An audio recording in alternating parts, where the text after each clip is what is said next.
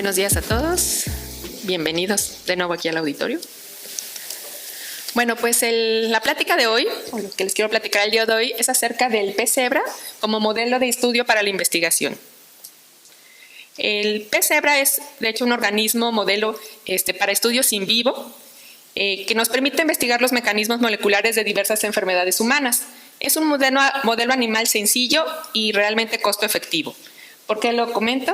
Bueno, es un animal pequeñito, de 3 a 4 centímetros, no requiere una comida cara, son muy prolíficos, su maduración sexual alcanza alrededor de los 3 meses y una hembra puede depositar hasta 100 huevos en un solo día. Tiene un ciclo de vida corto y los órganos principales se desarrollan en un periodo de 24 horas post-fertilización. De hecho, los experimentos los podemos iniciar con larvas que tengan apenas 3 días después de fertilización. Y los embriones se mantienen transparentes hasta 7 días después de la fertilización, lo que permite hacer el monitoreo de las células que estuviéramos trabajando si están marcadas con fluorescencia. Adicionalmente a estas ventajas podemos comentar que hay muchas herramientas para hacer manipulación genética en este organismo y debido a la gran cantidad de crías que se pueden obtener, podemos hacer experimentos a gran escala con alta reproducibilidad.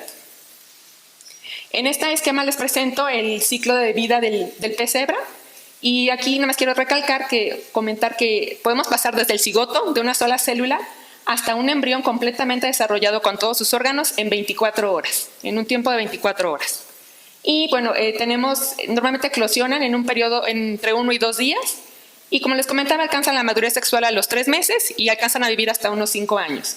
En esta imagen nada más les presento cómo es que se ven los embriones a las 48 horas postfertilización y que ven que son completamente transparentes.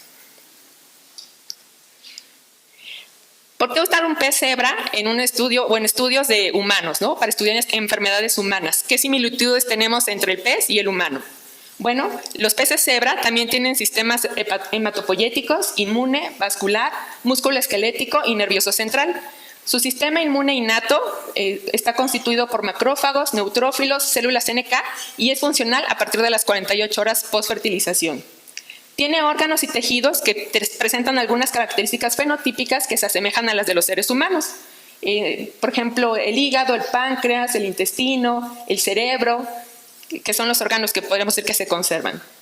De hecho, la introducción del pez cebra como un modelo de estudio inicia a partir. Bueno, en un principio era en estudios de desarrollo, pero ya en su aplicación en el estudio de enfermedades humanas se da a partir de estudios en donde se hace mutagénesis y se analizan el efecto a gran escala en varias mutantes y entonces se encuentran que se generan fenotipos que presentan ahora sí que similitudes con enfermedades humanas, ¿no? Y entonces eso lleva a utilizar el pez cebra como un modelo de estudio para estudiar enfermedades humanas. Esto lo podemos ver aquí representado en esta gráfica, el impacto que ha tenido el uso de este modelo animal. Aquí vemos el número de publicaciones en PubMed sobre el pez cebra entre el año 1983 y 2013. Y a partir de estos años de 1980, 1990, que es cuando se hicieron estos estudios de mutagénesis y se encontraron estos mutantes con fenotipos similares, es cuando empieza a ocuparse para el estudio de diversas enfermedades en humanos, que van desde enfermedades hematológicas, tumores sólidos, y desórdenes neurológicos, ¿no? Aquí tenemos algunos ejemplos, como en el caso de los tumores, en estudios de melanoma, cáncer de páncreas, cáncer de tracto digestivo, enfermedades del sistema neurológico como enfermedad de Parkinson, Huntington y Alzheimer.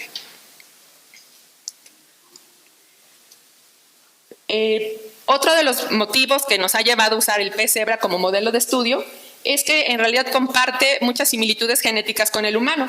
De hecho, tuvimos un ancestro común, hace por ahí poco como 400,000 millones de años, y bueno, a través de la secuenciación del genoma del pez cebra se identificó que este organismo posee unos 26,000 genes codificantes, mientras que el humano posee entre 20,000 y 25,000.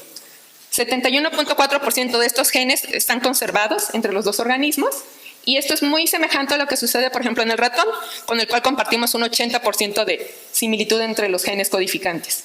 Entonces, no está tan alejado de este modelo que se ha usado tan ampliamente en el estudio de enfermedades humanas.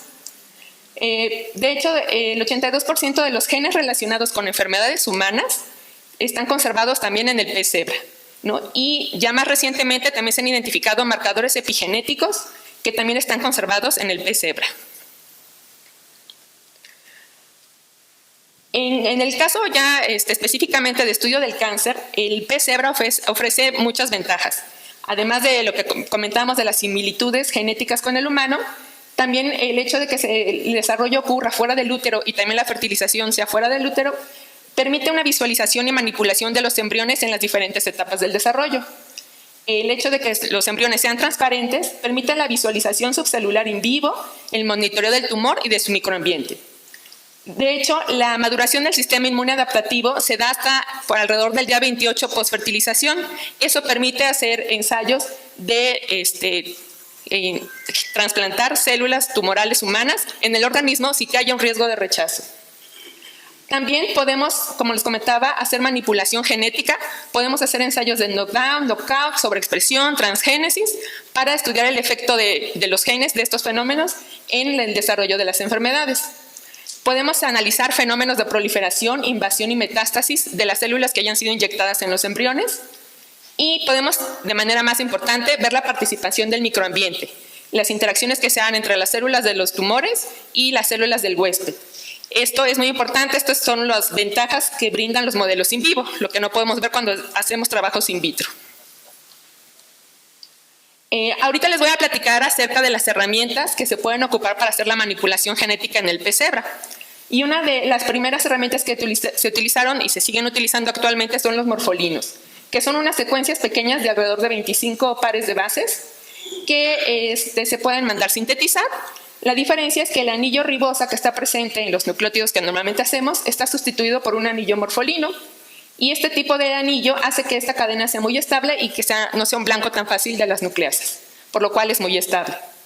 Normalmente estas secuencias se diseñan casi como los RNAs de interferencia, están dirigidos al sitio de inicio de la traducción, al ATG, lo cual evita que se traduzca la proteína, o a sitios de splicing que al alterar la secuencia del transcrito, pues pueden generar proteínas defectuosas que pierdan su función y de esta manera cumplen su efecto. Para ocuparlos en el pez cebra, bueno, estos oligos se inyectan directamente en los embriones de una sola célula, en el cigoto de una sola célula, y tiene un efecto de inhibición de 3 a 5 días. Conforme las células se van dividiendo, se empiezan a producir más transcritos y entonces, por eso es que en este tiempo tan corto, puede llegar a perder su efecto. Sin embargo, como les comentaba, el desarrollo del pez cebra a las 24 horas ya tenemos la mayor parte de los órganos desarrollados. Entonces, en comparación con este tiempo, pues resulta que no es tan poquito, ¿no? La ventaja es que podemos ocupar o inhibir varios genes a la vez. Los podemos ocupar en cepas que tengan algún background ya mutante para ver el efecto de estos genes bajo ese fondo genético. Podemos también inhibir mirnas. Y de hecho es rápido porque el fenotipo de lo que vamos a obtener al ocupar los morfolinos lo veremos en la primera generación de los embriones que fueron tratados, ¿no? O inyectados. No podemos descartar efectos adversos, que generalmente son efectos off-target que se presentan en este tipo de herramientas. Y lo que también se ha visto es que luego hay una baja correlación con modelos knockout. Sin embargo, se recomienda el uso de controles apropiados para evitar estos sesgos. También en el pez cebra podemos ocupar el RNA de interferencia. Aquí, esta es la vía de síntesis de los microRNAs, donde primero se produce un transcrito largo, el primirna, que es procesado por Drosha para producir el premirna, el cual es exportado al citosol, en donde se une al complejo RISC, y de esa manera el mirna se une a su secuencia blanco y produce la inhibición del transcrito. En el caso del pez cebra, este sistema no fue tan eficiente. Sin embargo, en tiempos más recientes, lo que se ha hecho es sustituir el hairpin, el loop que normalmente ocupamos. Lo que se hace es que se adapta a una secuencia de un mirna que sea endógeno del pez. Y de esta manera se ha visto que esta secuencia, que es más larga, que está ensamblada o adaptada aquí al mirna, es procesada desde las etapas tempranas del mecanismo del RNA de interferencia, y eso hace que entonces sea más eficiente. Y con este sistema es que se ha logrado ocupar este sistema en los peces cebra. Esto es en cuanto a la inhibición de la interferencia de genes, pero también podemos sobreexpresar algunos otros genes con estas técnicas. Podemos inyectar directamente RNAs mensajeros que tengan su CAP. Entonces, esta sobreexpresión únicamente no es específica, ¿no? La van a tener todas las células del embrión, pero esto permite el análisis funcional del gen por la expresión global de las variantes, en donde analizaremos ganancias o pérdidas de función. De hecho, esto permite hacer el estudio en etapas tempranas del desarrollo.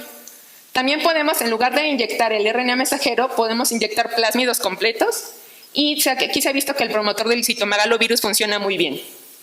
En este caso, la expresión puede ser tipo celular específica y si se ocupan reporteros fluorescentes, pues esto nos permitiría monitorear dónde se encuentra ubicada la expresión de nuestro gen de interés. Este mecanismo o este método tiene efectos más duraderos que el uso de RNAs mensajeros. Y finalmente se puede hacer una transgénesis estable con herramientas o con técnicas basadas en el uso de transposones, que esto permite integrar el plásmido al genoma del pez. Esto también permite hacer la expresión tipo celular específica, podemos usar el uso de reporteros fluorescentes, tendremos la integración al genoma del pez y esto permitirá que esta expresión se transmita a toda la progenie. Y ya actualmente se ocupa también lo que es la edición del genoma. Hay diferentes herramientas como las nucleasas dedos de zinc, las nucleasas efectoras tipo activadores transcripcionales y CRISPR-Cas. En general, todas estas técnicas ocupan nucleasas que tienen un sitio de reconocimiento al DNA y el dominio nucleasa. La estructura de cada una de estas enzimas es la que le da el reconocimiento específico al DNA. En este caso de los dedos de zinc, cada una de las subunidades reconoce 3 nucleótidos específicos. En el caso de las TALENs, tienen una serie de dominios repetidos y cada uno de estos dominios va a reconocer una secuencia específica. Esto hace que podamos dirigir estas herramientas a una ubicación específica de nuestro genoma. En el caso de CRISPR-Cas, la nucleasa es guiada por una guía de RNA a un sitio específico del genoma. Finalmente, al ocupar estas herramientas, lo que se induce es un doble corte en la hebra del DNA y al momento que se hace la reparación de este doble corte es cuando se introducen las alteraciones que nosotros deseamos. Hay 2 mecanismos para hacer la reparación de estos cortes dobles a la cadena de DNA. Una es la unión de extremos no homólogos. En este caso, se pueden producir algunos errores, se pueden producir inserciones o deleciones que van a alterar la secuencia del gen y lo van a inactivar. En el caso de la recombinación homóloga, se requiere un templado de reparación y entonces es aquí donde nosotros podemos introducir la alteración que nosotros deseamos. En esta tabla nada más les presento la comparación de estas tres tecnologías de edición del genoma, las nucleasas dedos de zinc, que pues el motivo de reconocimiento al DNA está dado por los dedos de zinc, en este caso por los efectores TAL y en este caso por la guía de RNA. La especificidad al sitio de unión está dado por 3 bases por dedo de zinc, una base por efector o de estos repetidos que les comentaba, y una base por base, porque cada base de la guía de RNA va a reconocer un nucleótido, ¿no?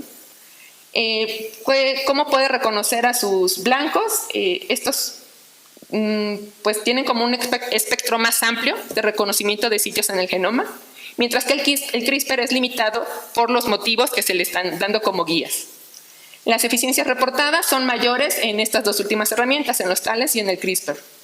Sin embargo, también se pueden observar efectos off-target, fuera del blanco, cuando ya tienen como blanco otros genes a los que no estaban dirigidos, y en el caso de los TALENs son los que presentan el índice de efectos off-target más bajo.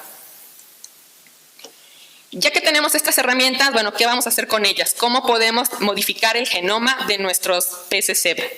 Entonces, este es un esquema general de trabajo en donde nos vamos a ir ahorita por pasos. El primero es el diseño de la estrategia para editar el genoma. Tenemos que hacer una búsqueda de que no haya polimorfismos en la secuencia que queremos, a la que nos estamos dirigiendo, y tenemos que inyectar los embriones en la etapa de una célula. Posteriormente se hace el análisis de los embriones para identificar si el corte inducido por las nucleasas fue efectivo. Esto se tiene que optimizar y ya que se tienen las condiciones, se inyectan los embriones en etapa de una célula y las crías se crecen hasta la adultez. Posteriormente se hacen intercruzas y se analiza la progenie para identificar aquellas que hayan heredado el genotipo que nosotros queremos. Posteriormente se siguen haciendo cruzas con cepas wild type y se hace una serie de cruzas, pueden ser hasta 2 o 3, con la finalidad de crear las líneas homocigotas. Si no es posible, podemos trabajar con las líneas heterocigotas. Y esto finalmente con el objetivo de crear las líneas mutantes o transgénicas con las que podamos trabajar. No se ve muy bien, pero bueno, ya el conocimiento sobre estas alteraciones, modificaciones en el pez cebra es muy generalizado y hay ciertas páginas y organizaciones que comparten líneas transgénicas, cepas wild type, tienen herramientas para hacer el diseño de los mecanismos de inhibición y entonces si ustedes accesan a estos sistemas pueden tener participación con la comunidad internacional que trabaja con el pez cebra. En particular esta página, que es la Red Internacional del Pez Cebra, el ZFIN, presenta información muy importante porque, por ejemplo, en el caso de que uno busque por enfermedad, que esté uno trabajando con una enfermedad en específico, puede encontrar qué genes están involucrados y de manera importante podemos encontrar hasta qué modelos ya se han establecido que pueden desarrollar esta enfermedad. También podemos buscar por genes y entonces podemos encontrar si hay alteraciones genéticas y también incluso si hay morfolinos o talents que ya estén diseñados y que hayan sido efectivos para dirigirse a estos genes. Y también, bueno, viene la información si ya tienen alguna línea transgénica en mente. Ya aquí en esta base de datos también encuentran toda la información referente a las que ya se han establecido y reportado en esta base de datos. Entonces, el uso de estas herramientas lo que nos va a permitir es generar un fenotipo de ganancia o pérdida de función para transferir genes que están encontrados mutados en enfermedades humanas, en este caso en cáncer. El objetivo final es crear un modelo de cáncer, es decir, un sistema que asemeje lo que está sucediendo en el humano, un cáncer que se asemeje en este modelo del pez cebra. Con esto con la finalidad de poder estudiar su desarrollo y buscar herramientas para tratar esta enfermedad. Ya a la fecha hay muchos tipos de cáncer que se están estudiando en el pez cebra. En esta tablita nada más les presento los tipos de cáncer que ya cuentan con un modelo en pez cebra. Este es el genotipo de las líneas transgénicas y aquí viene el background en el que se han hecho. No vamos a revisar todas. El objetivo es mostrarles aquí que hay pues ya diferentes tipos de cáncer, ¿no? Desde sarcomas, melanomas y hasta leucemias. Aquí algo que quiero notar es que, por ejemplo, no solamente se sobreexpresa o se inhibe un gen, se pueden introducir diversas alteraciones y esto hace que se asemeje más a lo que sucede en el humano. Finalmente, también se pueden ocupar reporteros fluorescentes para monitorear los cambios que veamos en el pez cebra y también se puede hacer un targeting específico en un tejido, ¿no? Si queremos algo más específico. De esta manera, al mezclar o combinar todas estas alteraciones, toda esta combinación de alteraciones, nos permiten desarrollar un tumor en el pez que se asemeje tanto histológicamente como molecularmente a lo que encontramos en los humanos. Como les comentaba, también hay reguladores epigenéticos que ya se están estudiando su participación en el desarrollo de estos tumores. Ahora, esto es haciendo una línea transgénica del pez cebra, pero tenemos otra forma de generar los tumores en el pez y esto es a través de genotransplantes.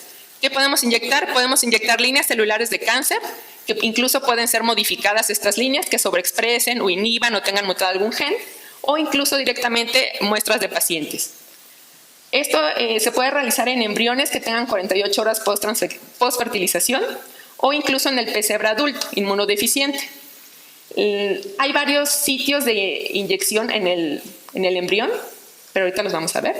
En esta parte quiero recalcar, y como ya les había mencionado, no hay un sistema inmune adaptativo desarrollado, ¿no? Y entonces esto permite que podamos hacer el injerto sin posibilidad de rechazo.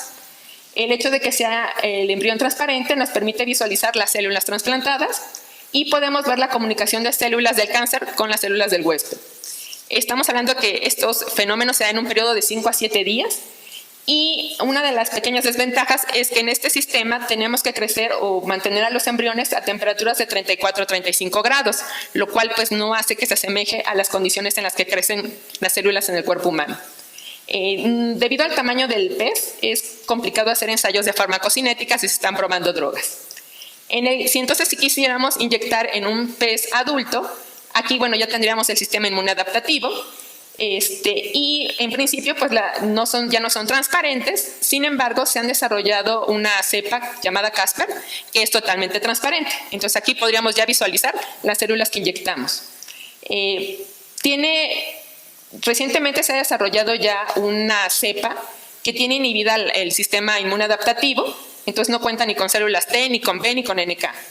En este caso podemos hacer el genotrasplante de las células y aquí los tumores se pueden dejar desarrollar por más tiempo, alrededor de 28 días, lo cual nos permite hacer un monitoreo más extenso. Aquí sí podemos cultivar o mantener los peces a temperatura de 37 grados. Sin embargo, conforme se va desarrollando el tumor, a pesar de que esta cepa tiene el sistema inmune adaptativo abatido, se ha llegado a ver algún rechazo de los injertos. Entonces todavía no está como al 100% desarrollada esta estrategia. Por lo cual es que preferentemente los ensayos se hacen en embriones que tengan 48 horas post-fertilización. Como les comentaba, se pueden inyectar en diferentes sitios, en el rombencéfalo, en el ducto de Cuvier, en el vitelo, en el espacio perivitelino, y dependiendo de lo que queramos estudiar es que podemos escoger el sitio de inyección. Por ejemplo, si inyectamos en el vitelo, que es uno de los sitios preferidos porque es muy fácil localizarlo, ubicarlo, aquí es un ambiente rico en nutrientes, no hay células, y las células trasplantadas pueden migrar. Entonces, esto se asemeja a las primeras etapas del desarrollo de los tumores. Hay quien, por ejemplo, no quiere estudiar las primeras etapas y quiere ir ya a etapas más avanzadas del desarrollo del tumor y puede elegir el espacio perivitelino o los ductos de Cuvier, que ya están muy cercanos al sistema circulatorio, y entonces esto nos permite estudiar los mecanismos de intravasación, invasión, micrometástasis, vascularización del tumor e interacción con células del sistema inmune innato. El rombencéfalo en realidad se ha visto que tiene más ventaja cuando se trabaja con glioblastoma, ya que aquí las células que se inyectan se comportan más o se asemejan más a cómo actúan en el humano, porque cuando se inyectaron en el vitelo, pues resultó que ni siquiera no podían ni migrar. Entonces hay que estandarizar como bien las condiciones que uno desea utilizar. Ya también hay varios modelos que se han creado por genotransplantes, de modelos de cáncer humano. Esta tabla les presento algunos de ellos donde se han genotrasplantado líneas celulares de distintos tipos, y como podrán ver aquí, y como les comentaba, el modelo más preferido es el embrión de 48 horas postfertilización y el lugar de inyección el saco vitelino o el vitelo. Entonces tenemos cáncer de mama, cáncer de próstata, colorectal, pancreático, melanomas y leucemias. Aquí continúa la tabla: retinoblastoma, glioblastoma, gástricos, sarcoma de Ewing, y entonces tenemos varios tipos de cáncer. Igual seguimos viendo la preferencia por el embrión de 48 horas post-fertilización.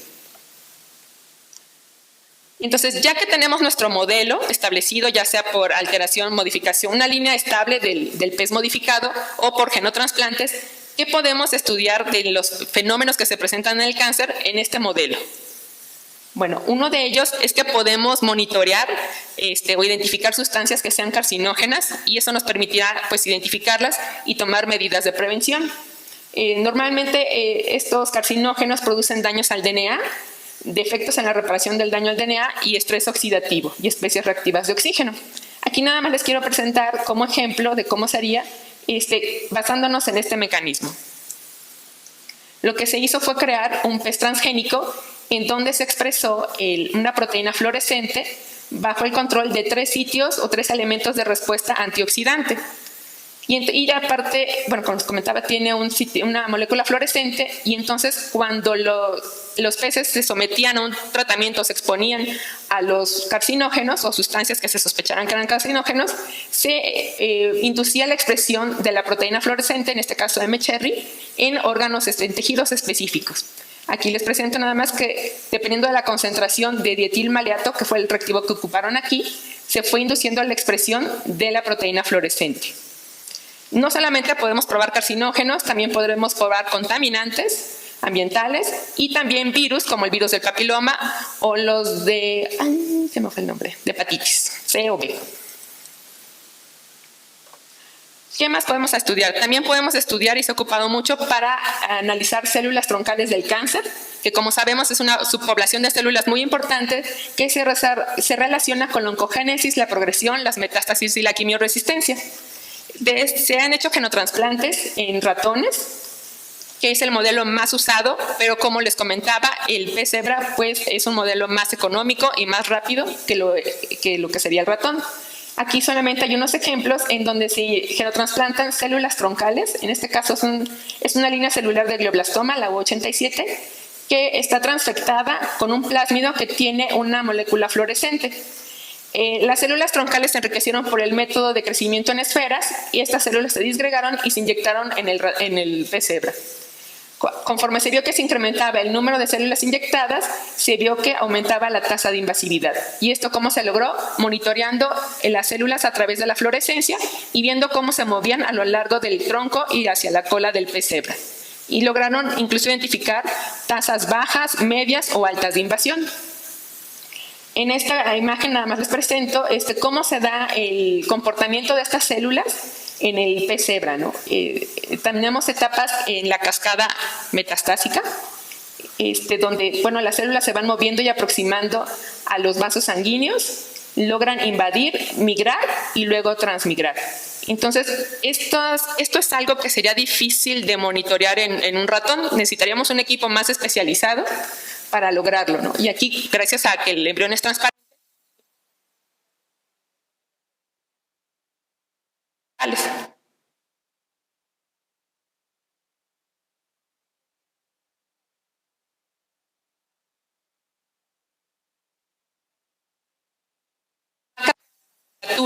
porque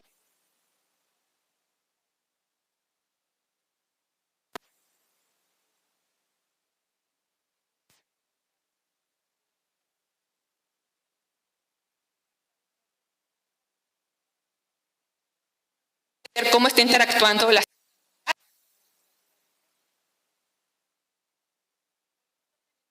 angiogénesis. Como les contaba, aquí se ocupa mucho el modelo anterior, que se marca la vasculatura con una proteína fluorescente, y entonces podemos ver cómo interactúan las células con el sistema vascular.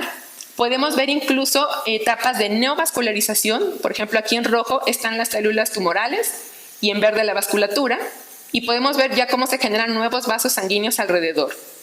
Podemos ver incluso 3 horas post-inyección cómo las células se van moviendo a través del pez y se arrestan en el sistema vascular. Por ejemplo, en esta imagen es muy claro cómo está aquí adherida a la célula. A los 4 días post-inyección podemos ya observar micrometástasis extravasculares, como se observa en este recuadro. Aquí tenemos un cúmulo de células y, separando los canales de emisión, podemos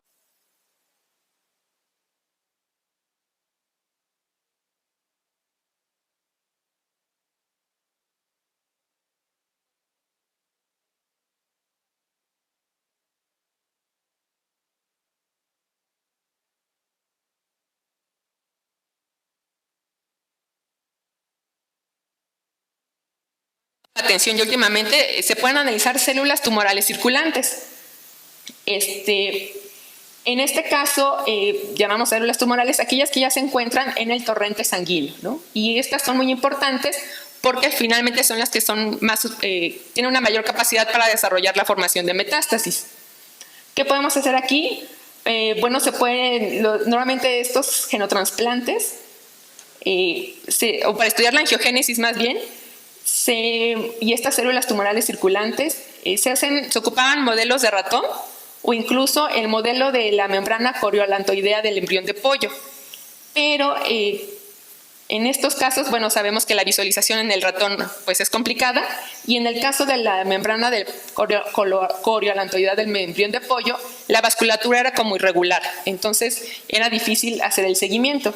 Entonces, en el pez cebra ya está establecido que si se inyectan, por ejemplo, células tumorales circulantes a los 2 días post-fertilización, tenemos en muy poco tiempo, al menos hasta 24 horas, estos pasos de la cascada metastásica, ¿no? El arresto, la adhesión a los vasos sanguíneos y la extravasación. Entonces, podemos igual ocupar los modelos que ya tienen el sistema vascular marcado con la proteína verde fluorescente para poder hacer el seguimiento de las células tumorales en estos pasos de la cascada metastásica. Incluso también, ya además de seguir las células tumorales circulantes, se han hecho intentos y ya esfuerzos por monitorear las vesículas extracelulares.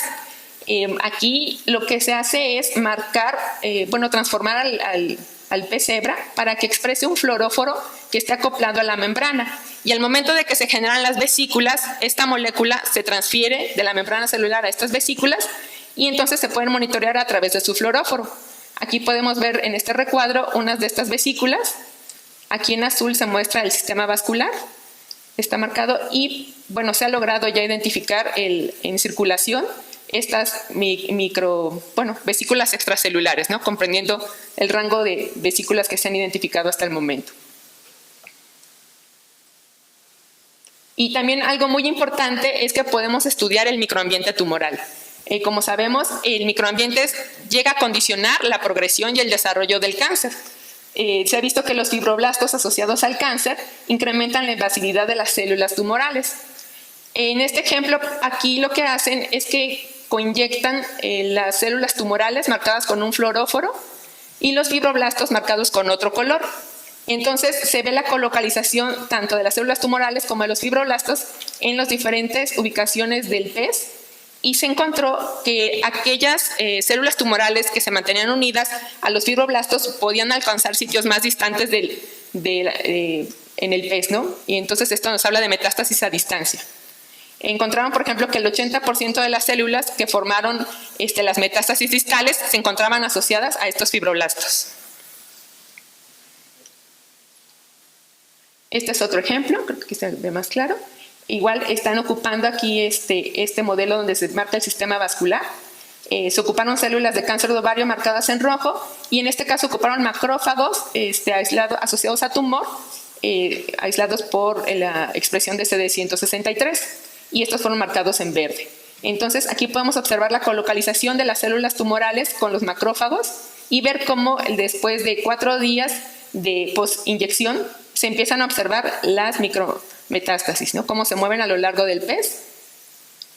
En este caso se ocuparon macrófagos de pacientes, aislados de tumores de pacientes, y en este ejemplo ocuparon una muestra de cáncer endometrial que no desarrolló metástasis. Y entonces cuando se hizo el genotrasplante de estas dos estirpes celulares, pues se vio que no desarrollaron metástasis. Sin embargo, cuando las células tumorales se coinyectaron con macrófagos derivados de un cáncer endometrial metastásico, se pudo observar que se formaban más focos invasivos.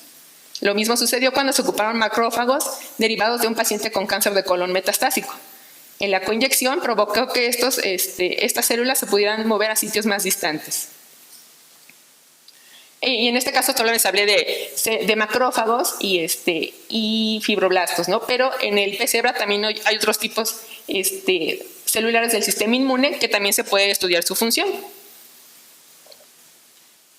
Otra de las áreas en donde podemos aplicar el uso del pez cebra es en los estudios de oncología de precisión. ¿De qué se trata esta medida? Bueno, se trata de optimizar el tratamiento para un paciente individual más que para un grupo de pacientes. En este caso, para lograr la oncología de precisión se puede hacer de 2 formas, a través de los análisis ómicos, genómicos, transcriptómicos, epigenómicos, de las biopsias que se obtienen de los pacientes y a través del análisis de los datos identificar blancos moleculares. Otra forma es directamente probar la respuesta a fármacos con avatares que pueden obtenerse por cultivo in vitro en 2D, en organoides o en genotransplantes de ratón también. Pero la ventaja de hacerlo en el pez cebra es, como todo lo que ya les he comentado ahorita, la visualización, el tiempo y la gran cantidad de crías que podemos analizar. Aquí, ¿qué hacemos entonces? Lo primero es generar el avatar, ya sea por la manipulación genética, como les comentaba con la transgénesis, ocupando plásmidos, o con edición del genoma con CRISPR-Cas, por ejemplo.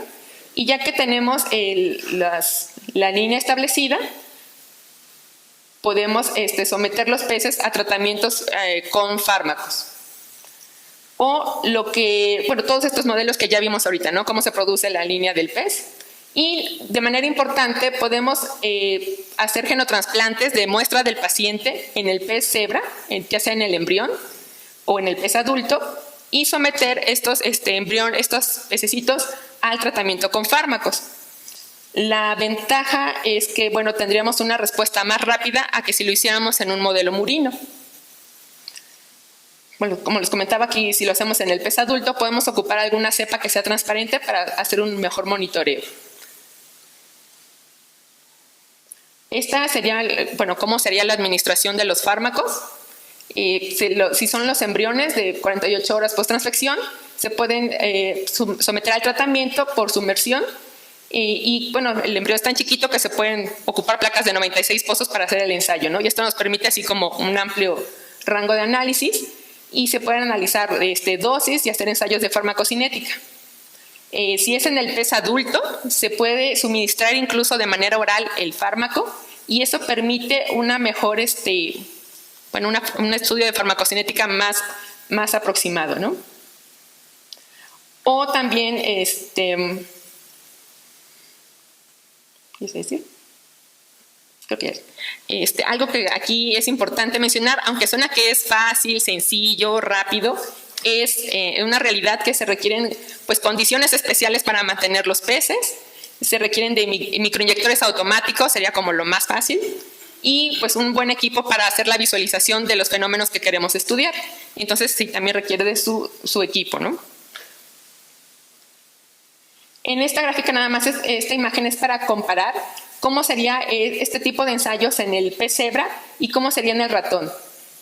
Aquí, por ejemplo, tenemos las células obtenidas para el genotrasplante, ya sea de líneas celulares cultivadas o de muestras de pacientes. Las células se marcan y se inyectan en los embriones, que tendrían 48 horas apenas post-fertilización.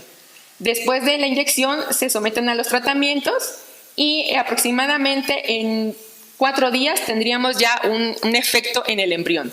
Y estamos considerando que serían aproximadamente unas 2 semanas para monitorear efectos o fenómenos como la muerte celular, el tamaño del tumor, angiogénesis y metástasis. Entonces, este es el tiempo que tomaría hacer este tipo de estudios en los embriones de peces cebra. Sin embargo, en el ratón, pues de entrada, el hecho de hacer el genotrasplante en uno de ellos, estos ratoncitos tardan de 1 a 10 meses en que se desarrolle el tumor. Y después tenemos que obtener más crías para probar varias condiciones. Y esto nos llevaría aproximadamente más de 10 meses. Y finalmente someterlos a los diferentes tratamientos y medir el efecto. Entonces, finalmente, pues sí, aquí podemos comparar que este modelo es más rápido en este tipo de estudios.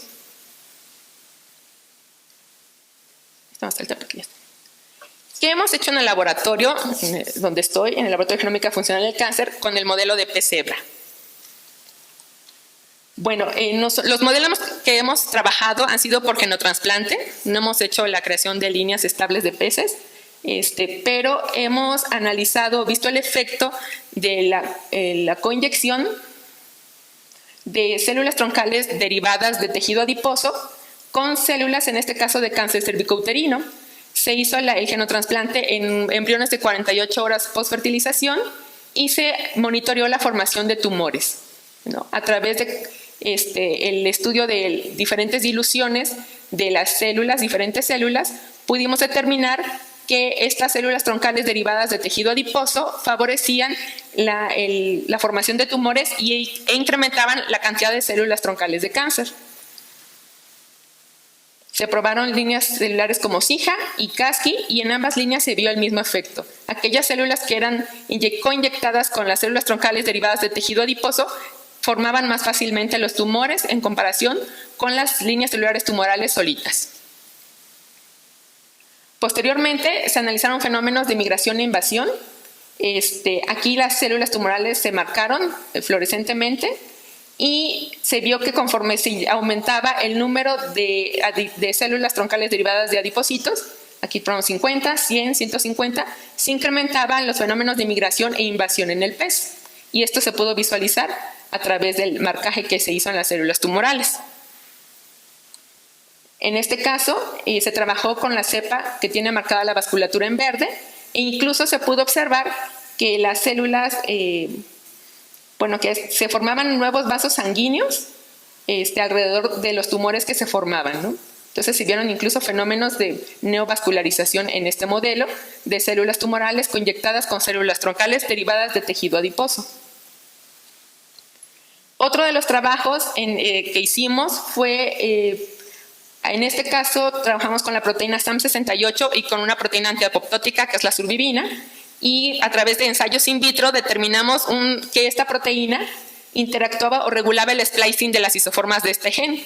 Y entonces con CRISPR se modificó este sitio de unión de la proteína SAM68 en el gen de la survivina, y estas células se inyectaron en los embriones de 48 horas y pudimos ver que sí, que el hecho de haber interferido el sitio de unión de SAM68 favorecía el desarrollo de tumores al afectar la proporción de la expresión de las isoformas, al regular el splicing alternativo de la survivina.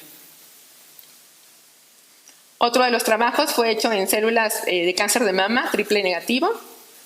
En este caso lo que hicimos fue en células MDA468 sobreexpresar la survivina, precisamente, que es la proteína antiapoptótica, y lo que vimos fue que el hecho de hacer el genotrasplante con estas células favorecía el desarrollo de los tumores conforme se aumentaba la cantidad de las células, ¿no? Entonces aquí no están marcadas fluorescentemente las células, pero se pudieron observar fácilmente en el microscopio.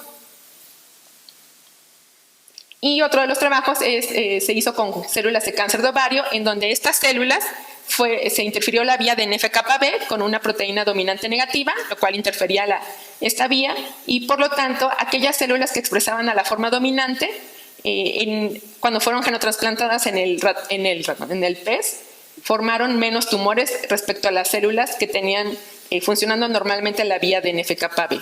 Igual aquí no están marcadas las células, pero se pudo observar el desarrollo de los tumores y se pudo hacer la cuantificación en un cierto número de crías.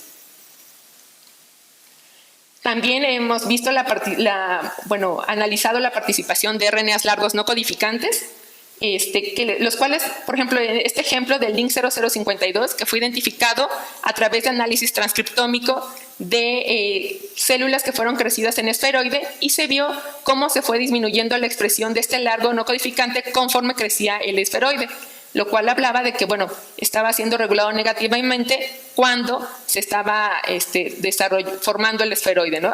Adquiriendo un tamaño más grande y enriqueciéndose en células troncales, lo cual podría hablar de que correlacionaría con un fenotipo no tan agresivo.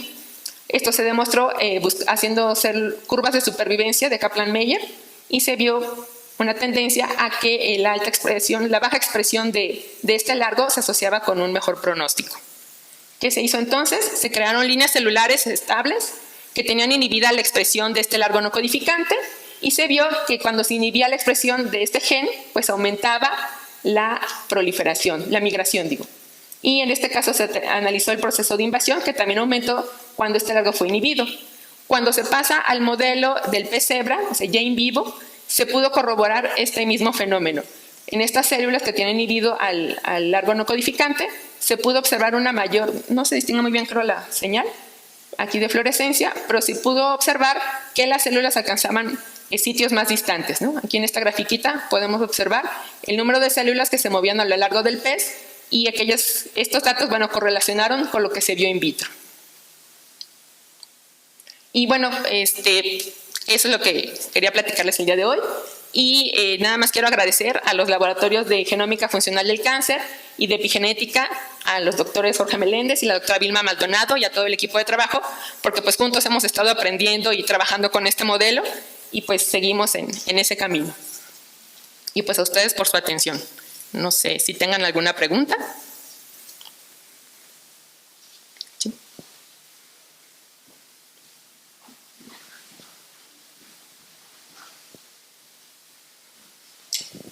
Gracias. Gis, yo te quería, doctora, ya quería preguntar qué otras instituciones en México tienen este sistema, porque realmente es un sistema que es muy provechoso para toda la investigación, sobre todo para genómica, y sí es cierto que hemos sacado varios artículos y comprobado su eficacia, pero realmente las condiciones en las que trabajamos son muy precarias, ¿no?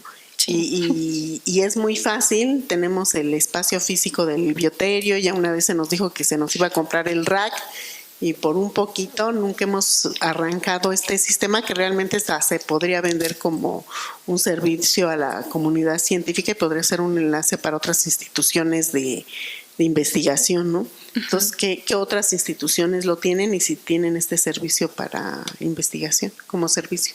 Como servicio, yo la verdad, de los que he escuchado son también grupos de laboratorio, grupos de trabajo que están, por ejemplo, en la UNAM, que trabajan con el modelo, pero como servicio, creo que no. Sí. Ajá. Sí, entonces sí tiene muchas bondades el sistema, pero necesitamos de instalaciones adecuadas pues para aprovecharlas todas, ¿no? Ahí con mucho esfuerzo. Digo, si comparan las imágenes que les presenté ahorita de los últimos trabajos con las de las publicaciones primeras, donde se ve como la neovascularización y la migración y las metástasis, pues no se ven igual, ¿no? Entonces, sí es un modelo muy bueno, creo que podemos sacarle mucho provecho y creo que serviría para muchos de los trabajos y líneas que se desarrollan aquí en el instituto, ¿no? Enfermedades, no solo para el cáncer, hay diferentes tipos de enfermedades. Entonces, creo que sí podría tener una gran aplicación en diferentes áreas, ¿no? Y como digo, normalmente el modelo que se ocupa es el ratón, y si vemos los márgenes de tiempo, pues sí es mucha la diferencia, ¿no? O sea, el modelo del pez cebra, pues es muy rápido. No hay un modelo perfecto, o sea, va a haber diferencias, siempre entre lo que encontremos en nuestros modelos y lo que sucede en los humanos, pero creo que podemos, si tenemos o analizamos muchas muestras, eso le da como más robustez a este modelo y eso nos acerca más a obtener un resultado que se pueda tener una aplicación en un sistema, ¿no? En el humano, por ejemplo. ¿Sí?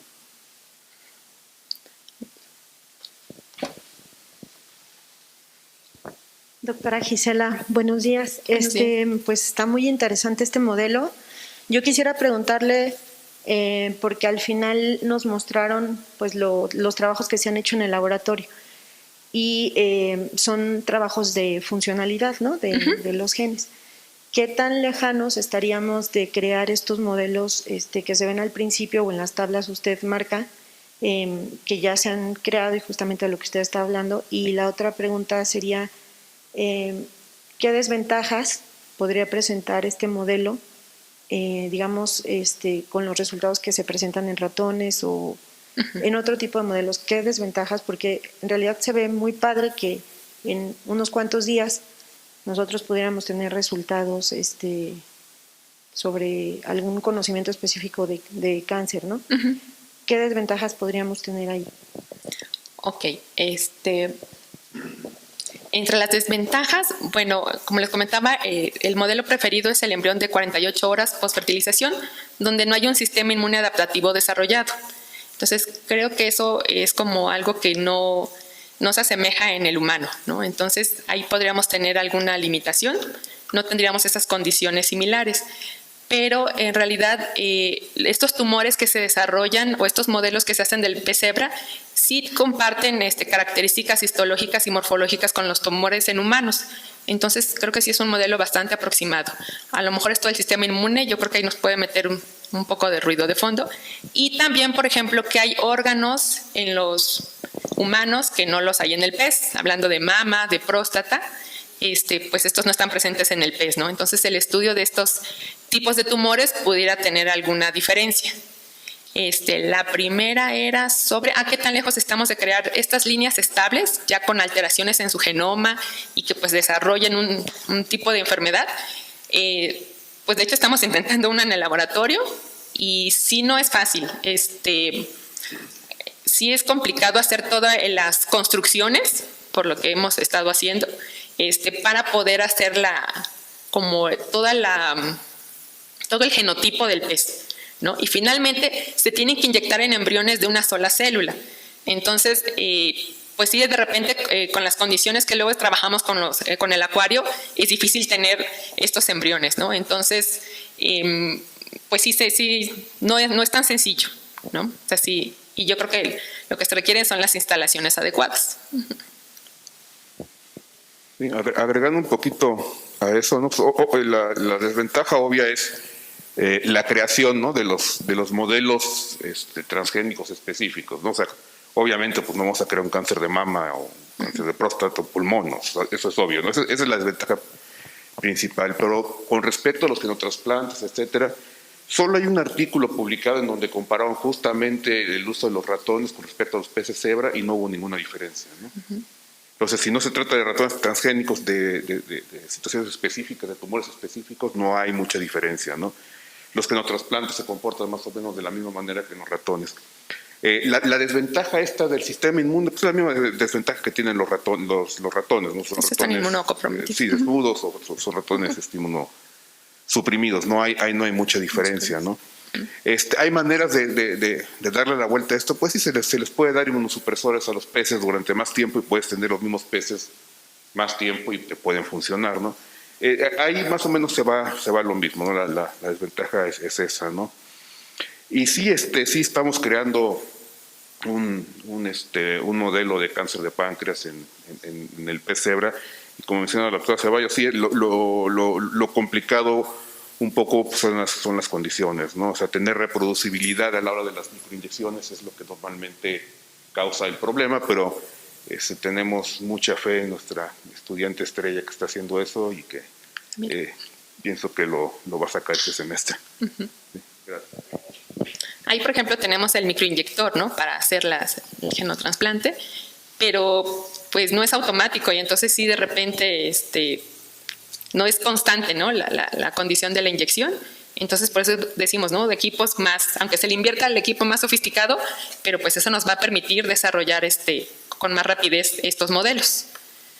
Entonces, no sé. Sí, para allá.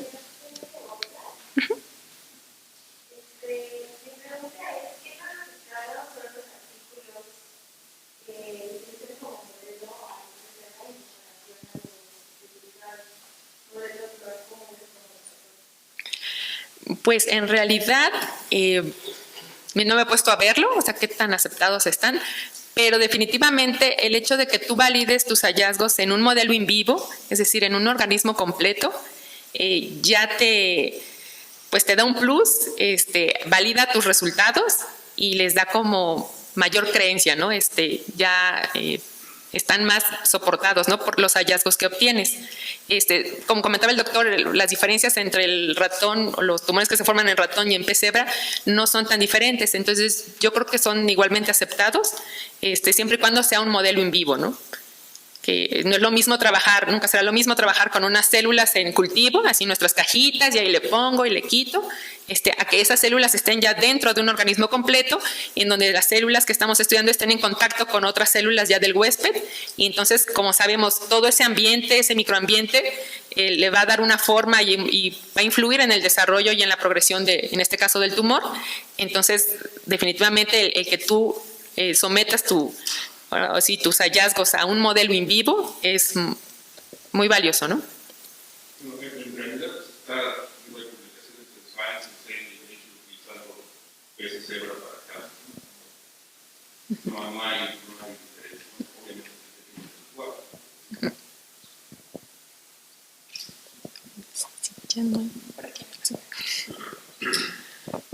Hola Gisela, Hola. Buenos días. Oye, no sé si nos puedas ampliar o que nos puedas informar sobre el reto que puede ser el uso de este modelo ya en el uso de fármacos. Estamos hablando que pues, se va a tener que dosificar en un ambiente muy diferente a la dosificación que se da a un ratón, por ejemplo, ¿no? Uh-huh. O si este uso de fármacos está limitado solamente para algunos tipos. No, bueno, me voy a regresar aquí a esta. En realidad, ya las dosis y la farmacocinética, ya se han hecho estudios y cálculos para escalar como las dosis, ¿no? Era difícil en el embrión, porque bueno, es muy pequeñito y entonces penetra prácticamente en todo el cuerpo, ¿no? Pero ya se han hecho estos estudios de farmacocinética y sí se han podido ya escalar las dosis. Lo más aproximado es hacerlo en el pez adulto, porque bajo anestesia se introduce el fármaco vía oral, ¿no? Y entonces eso facilita más hacer este tipo de estudios. Pero lo que decíamos, ¿no?, las desventajas de hacerlo en un pez adulto. Entonces, bueno, es más difícil monitorearlos, los tumores crecen, pero tienen mayor posibilidad de rechazo. Entonces, en realidad, considero que los dos métodos se pueden ocupar. La ventaja de hacerlo en embriones es que puedes probar pues, mayor cantidad de condiciones, ¿no? Por el tamaño que tienen. Entonces, lo puedes hacer en plaquitas, como te comentaba, de 96 pozos, y ahí probar diferentes dosis, condiciones, tiempos. Entonces, yo también al principio, cuando estaba viendo esto, decía, no, pues en el embrión no se puede hacer, pero ya datos más recientes dicen que sí, que ya hay los cálculos para poder escalar las dosis. Entonces, en realidad, creo que se puede ocupar muy bien este modelo.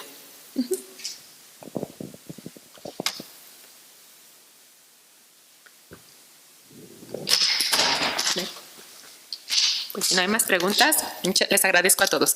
Por allá. Hola doctora, una pregunta. Me quedé pensando en la posibilidad, o si hay artículos reportados, en que puedan obtener esos tumores de los peces y poder hacer genotransplantes seriales. ¿Existe la posibilidad? Porque me imagino que debe ser muy difícil. No lo sé. Gracias. Sí se puede hacer según yo sí se puede hacer el genotrasplante seriado de estos tumores. No te podría decir ahorita la forma en cómo lo hacen, pero sí está reportado. O sea, sí, no recuerdo. Yo no he visto que lo hagan con avatares. O sea, con avatares esto sí lo han comparado con ratones, funciona bien. Es decir, agarrar el tumor el tejido del tumor del paciente directamente, genotrasplantarlo para probar fármacos nuevos, ¿no? O hacer medicina de precisión. Esto funciona bien. No han hecho pasajes seriales de eso. En donde sí se han hecho pasajes seriales son de los modelos transgénicos de peces. Entonces, por ejemplo, melanoma, que es un modelo bueno para melanoma, ¿no? O sea, ahí tienen los melanomas, crean el tumor y utilizan ese tumor y lo van trasplantando, o incluso crean líneas, líneas celulares derivadas de los tumores de los peces, y esa línea tiene la ventaja de que se pueden utilizar de manera isogénica, es decir, no necesitas que estén inmunosuprimidos. En adultos esas líneas de células de cáncer de pez pueden ser utilizadas, inyectadas y generan nuevos tumores en otros peces, ¿no? Algo como lo que se ve en algunas líneas de ratones, ¿no? Cáncer de mama y esas cosas.